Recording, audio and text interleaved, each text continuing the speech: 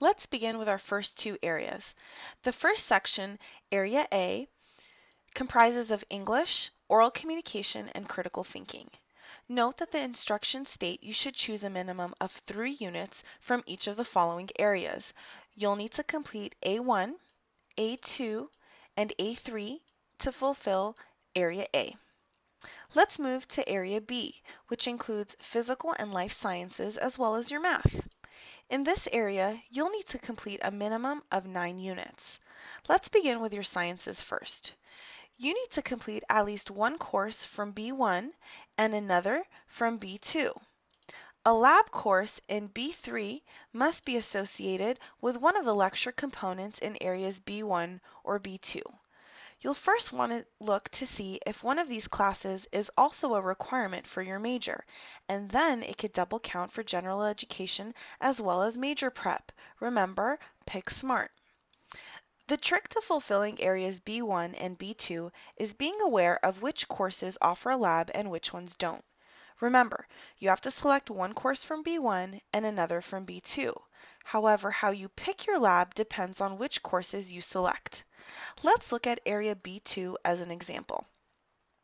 You really want to have the lab come from this area.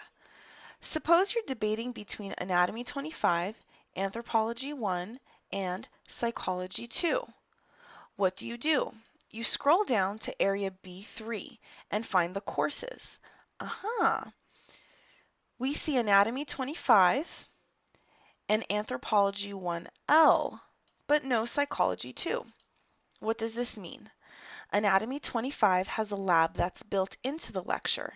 By registering for this class, you'll automatically take the lab, while Anthropology 1 has a corresponding lab course, the 1L, which you'll need to register for separately. Finally, Psychology 2 doesn't have a lab component at all. If you select this course because you're interested or your major requires it of you, you'll have to be sure to select a course with a lab option for Area B1.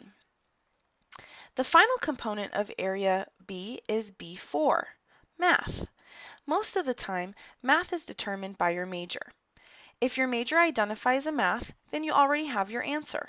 However, if your major doesn't specify, you may want to have a conversation with your counselor to determine the appropriate math to take for your major.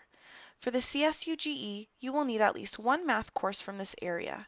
Depending on your major though, you may end up taking more.